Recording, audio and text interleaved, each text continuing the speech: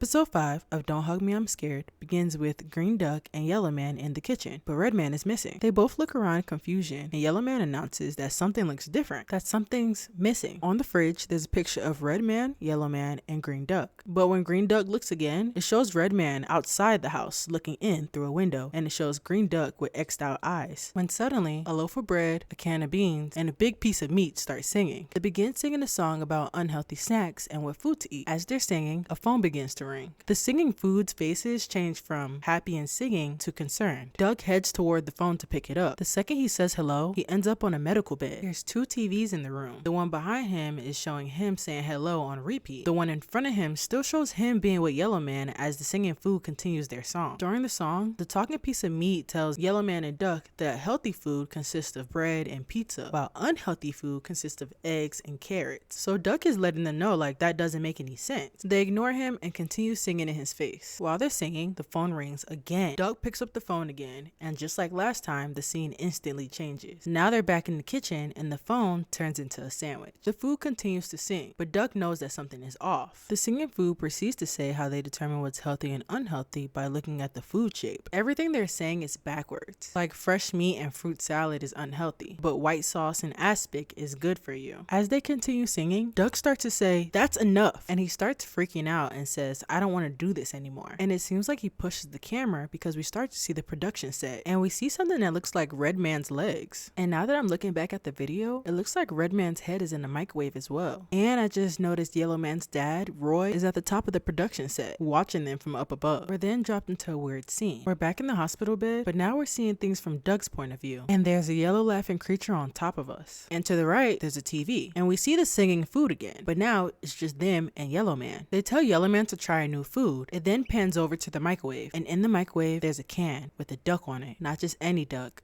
a green duck. Our duck.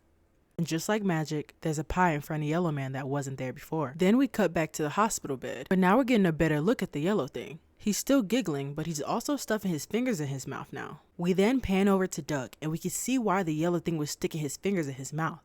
He's eating Duck. Alive. Duck is awake for the whole thing. And back in the kitchen, you can see the singing can of food feed Yellow Man something, and Yellow Man says, "Ew." We can see the food in the plate move around and grow eyes. The can of Duck in the microwave is smoking, and so is Duck on the hospital bed. Then we cut to a scene with Yellow Man, full and fat, with 5 cans of eaten duck all over the table. Yellow guy has eaten duck. What the fuck? He looks to his left and he looks to his right. Yellow Man is alone. And then, once again, the phone rings. Yellow Man doesn't pick it up. He just stares at it, cheeks still full with Duck's meat.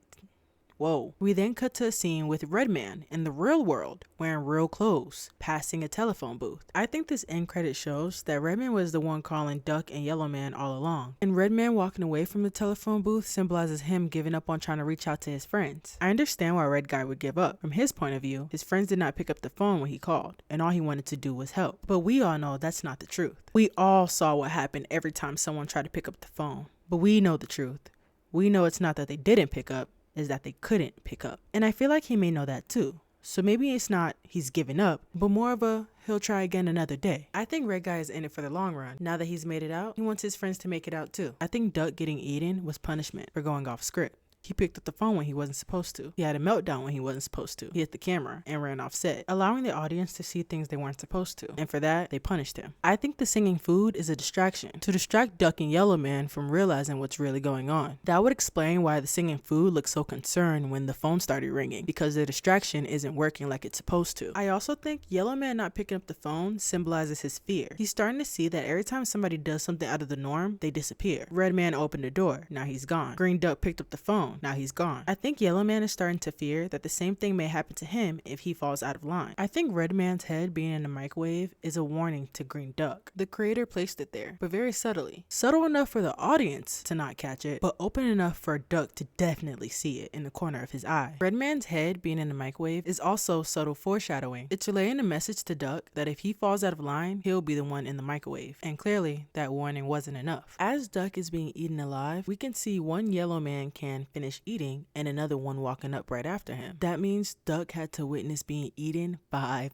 times in a row. And that's why there's 5 duck cans on the table after Yellow Man is done eating him. And then we see the yellow can holding a bowl of Duck's scraps. And to the right, we see a TV with Yellow Man and his finished duck dinner. And then confetti is blown, like it's a celebration, like they accomplished something great. This aligns with the theme of the show. The theme of showing serious and disturbing ideas and hiding them behind colorful educational entertainment. These scenes aren't random gore. It's showing how systems like advertising, entertainment, or authority figures can normalize harmful behavior by presenting them in a fun and harmless style. Now let's talk about Roy. Roy is a mysterious character that we don't know much about, other than the weird things that Yellow Man says, like "my dad is a computer," and the time that we see him watching something graphic on the computer. It leads me to question what Roy's relationship actually is with Yellow Man. Roy being at the top of the production studio shows that the people behind this may be closer than we think. It makes me second guess if Roy is actually Yellow Man's father, but more like a disciplinary figure on set, making sure Yellow Man and everyone else stays on script. Another clue that makes me think that is the sticky note on the fridge with Roy's number on it, showing that if anything ever goes wrong, they know who to call to get Yellow Man straightened out. And that would prove why he's above the production set watching them, making sure everything goes right. Now let's address Duck. What makes me think Duck has some type of involvement is the way he phrases his words during his meltdown. He says things like, "Stop, I don't want to do this anymore," and "this is going too far." I don't know about y'all, but that definitely seems like a phrase someone would say if they were involved. Because if he wasn't, how would he know how far is too far? If you're oblivious to everything going on, wouldn't you be questioning things? Asking questions like, why is this happening to us? What's going on? Instead, he's demanding. Like he feels as though he should have some type of control over the situation. Like he should be able to stop when he wants to. That's not a feeling someone would have if they're oblivious and confused. And just that draws me to conclude that Duck has some type of involvement, or at least knowledge of what's really going on, but not as much as he thinks he does, because him melting down definitely shows that he doesn't know the whole truth or the whole situation. And for Redman, the only real evidence I feel like I have on him is the fact that in every episode so far, he's blatantly stated that he's not interested in anything they're singing about. Like in episode 1, when the notepad states that they use their hair to express themselves, Redman says, "That sounds really boring." During the Time episode, Redman says, "But we don't really want to, we're going to miss our show." And in episode 4, Redman literally slams his hand on the computer and tells it to shut up. But I noticed that the only episode Redman doesn't seem annoyed or uninterested is episode 3. In this episode, all Redman really does is hang out with his friends. He seems to be having a great time. I think this shows that Redman truly loves his friends. I feel like that's why Redman tries to interrupt the songs, so that he can get back to what he loves most, spending quality time with his friends.